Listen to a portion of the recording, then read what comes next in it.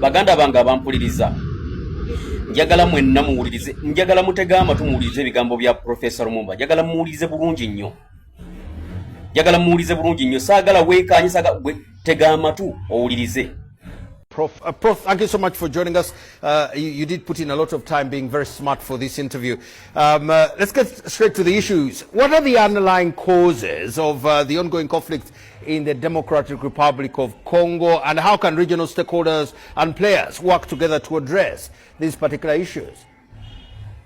Very much. Let us remember that the problem in Eastern Congo has a long history. And that long history is one that must be properly understood. Some say that it emanates from the arbitrary drawing of boundaries which have separated peoples. And you know that there are those who have argued that those who are in Congo are now described sometimes as Banyamulenge are not Congolese. But when you look at history, these are people who make the claim, which is possibly supportable by other extant evidence that they are actually Congolese. There is also the argument from the Kinshasa administration that the Rwandan administration is supporting M23. But I believe that the history must be properly understood if we are to have long-term solution to the problem. Yeah, awo wenyini. Abanyamulenge, the Banyamulenge. Njagala muwulirize obubbi obuli mu mawanga ageetoolodde Congo. Video eno ngenda gikola bitundutundu naye njagala tugigoberere bulungi tugitegeera, ate nkusaba muganda wange ogisharinge.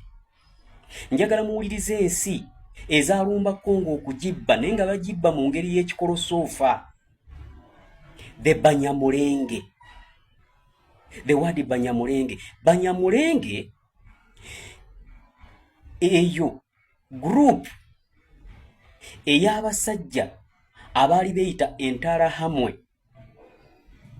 Mujjukira bulungi mu 1994 abasajja abaatugumbula ennyo abantu oluvannyuma lw'okuttibwa kwa Habyarimana eyali pulezidenti wa Rwanda ne pulezidenti wa Burundi yali Pierre who was it Pierre Buyoya? No, I have forgot the name. Naye nga abakimanyi mukimanyi 1994 bamala okutta omusajja oyo, bamala okutta president ennyonyi yakubwa ng'etuuse ku kisaawe e Kanombe nga yakatuuka bweti ne bagikuba ekikompola.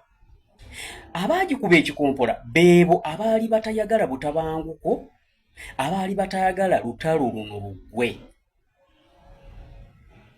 Naye bamanya lutalo lugenda kuggwa, ennyonyi eyo baagikuba n'egwa ku ttaka, abakulembeze ababiri ne bafa. Okuva kwolwo Rwanda teyaddamu kuddamu mirembe, ekitta abantu kyatandikira awo, abantu ne bafa, ekyeyo ne Rwanda kumpi kwagala kusaanawo yonna. Ebiseera ebyo eyali akulembera omukago ogwali gugatta amawanga, eyali akulembera omukago ogwo yali musajja mu Faransa nga yaduumira amagye agakulembera omukago. Bwe yalaba ebyo embeera yamusukkako n'emulemerera ng'ekitta abantu kisusse, yasibamu ebibye n'atambula n'agenda. Olwamala abo ab'omukago olwamala okuvaawo aba UN ne bagenda, ekitta abantu ne kisukka nga tebakyasosola oba ono muki oba ono muki, kubanga jjukira okusooka Rwanda yalina amawanga 3.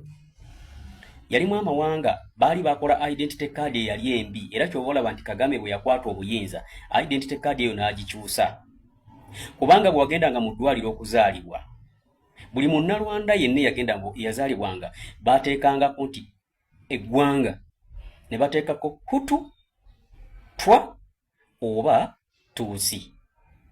Kaakati endagamuntu eyo yaleeta obutemu nga bw'amaanyi butya, mpuliriza bulungi.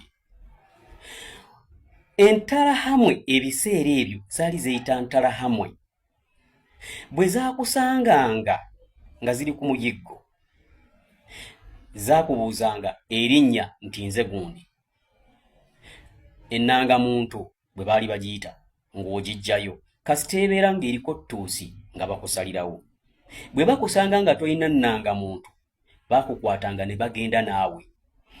Bwe bakukwata ne bagenda naawe ne mutuuka eri bwe musangawo abantu abalala, gwe gwe bakwasa ejjambiya ne bamubuuza eggwanga, bw'agamba nti Tutsi nga bakugamba gwe oba osooka omusala. Kati gwe nga bakukwasa ejjambiya omusale anti wagambye ennangamuntu wagireseeyo eka ate ogambye oli Muhutu. Kati ng'olina okumusala. Bwe basanga omutwa nga ye bamwesonyiwa bagamba